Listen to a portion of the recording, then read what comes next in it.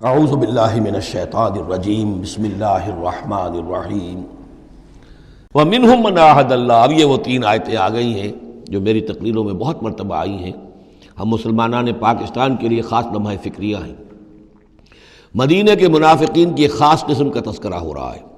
ومنہم من عاہد اللہ، ان میں سے وہ لوگ بھی ہیں جنہوں نے اللہ سے عہد کیا تھا، لئن آتانا من فضلہ، اگر اللہ ہمیں اپنے فضل سے نواز دے گا، غنی کر دے گا، دولت دے دے گا، دولت مند کر دے گا، لنصدقن ولنکونن من الصالحین، ہم خوب صدقہ خیرات کریں گے اور نیک بن جائیں گے۔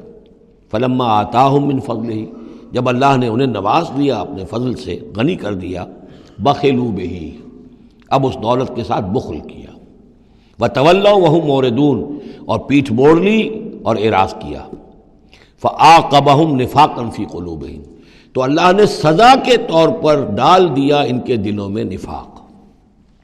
عاقبہم، عقوبت، سزا۔ دنیا میں نقد سزا یہ ملتی ہے اللہ سے کوئی وعدہ کر کے پھر جانے کی کہ نفاق جو ہے وہ دل میں پیدا ہو جاتا ہے۔ یہ نفاق ہے پاکستان کے مسلمانوں کا روگ۔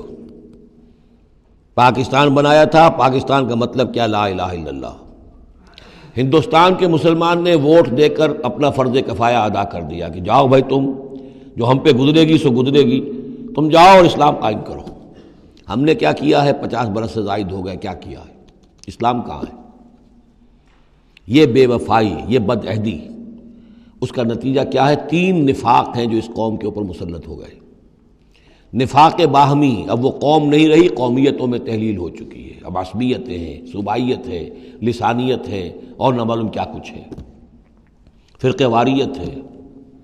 دوسرے، کردار کا بیڑا غرق ہو گیا۔ آیت المنافق ثلاث، حضور نے فرمایا منافق کی 3 نشانیاں ہیں، جس میں یہ تینوں چیزیں ہیں، خواہ وہ انسامہ وصلہ، چاہے روزہ رکھتا ہو، نماز پڑھتا ہو، اپنے آپ کو مسلمان سمجھتا ہو، وہ منافق ہے۔ جب بولے جھوٹ بولے، جب وعدہ کرے خلاف ورزی کرے، اور جب کہیں امین بنا دیا جائے خیانت کرے۔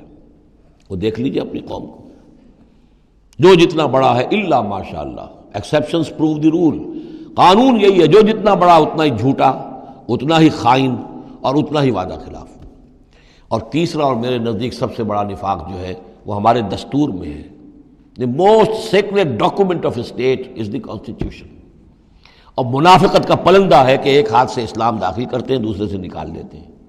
ایک دفعہ دیکھیں تو اسلام ہی اسلام، کیا اللہ، اتنی بڑی بات، no legislation can be done repugnant to the Quran and the Sunnah۔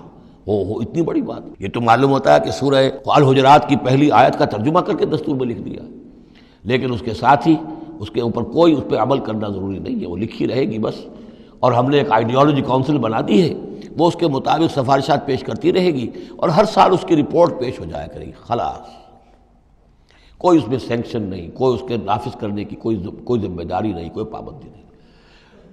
Federal شریعت کورٹ، کیا کہنے ہیں فیڈرل شریعت کو، بڑے بڑے چوٹی کے علماء، اور کیا کیا تنخواہیں ان کو ملی ہیں، اور کیا کیا مراعات ملی ہیں، وہ سب کچھ ہے، لیکن صورت کیا ہے؟ دستور پاکستان بھی تمہارے دائرے سے خارج، عدالتی قوانین بھی تمہارے دائرے سے خارج، یہاں تک کہ آئلی قوانین بھی تمہارے دائرے سے خارج، مالی قوانین بھی 10 سال کے لیے خارج۔ تو کیا کرو گے بیٹھ کے؟ تنخواہیں لو اور ایکسرسائز ان فیوٹیلیٹی، وقت گزارو، اللہ اللہ خیر صلی اللہ۔ منافقت میرے نزدیک اس پوری دنیا کے اندر شاید دستور کی سطح پر ایسی منافقت کہیں اور موجود نہ ہو۔ یہ ہے ہمارا روگ اصل۔ فعاقبہم نفاقا فی قلوبہم، تو اللہ نے عقوبت کے طور پر، سزا کے طور پر ان کے دلوں میں نفاق پیدا کر دیا، الی یوم یلقونہ، اور یہ نفاق اب رہے گا اس دن تک جس دن کے یہ ملاقات کریں گے اللہ سے۔ یہ کانٹا ان کے دلوں سے نکلے گا نہیں۔ بما اخلف اللہ ما وعدوہ، بسبب اس وعدہ خلافی کے جو انہوں نے اللہ سے کیا، وبما کانوا یکذبون، اور بسبب اس جھوٹ کے جو انہوں نے بولا۔ الم یعلموا ان اللہ یعلم سرہم ونجواہم، کیا انہیں یہ معلوم نہیں ہے کہ اللہ تعالیٰ ان کی چھپی اور کھلی چیزوں کو، چھپی چیزیں اور جو نجوا کرتے ہیں یہ لوگ بیٹھ کر آپس میں سازشیں کرتے ہیں، اللہ ان سے واقف ہے۔ وَأَنَّ اللَّهَ عَلَّامُ الْغُیُوبِ، اللہ تعالیٰ تو تمام غیب کا جاننے والا ہے۔ صدق اللہ العظیم۔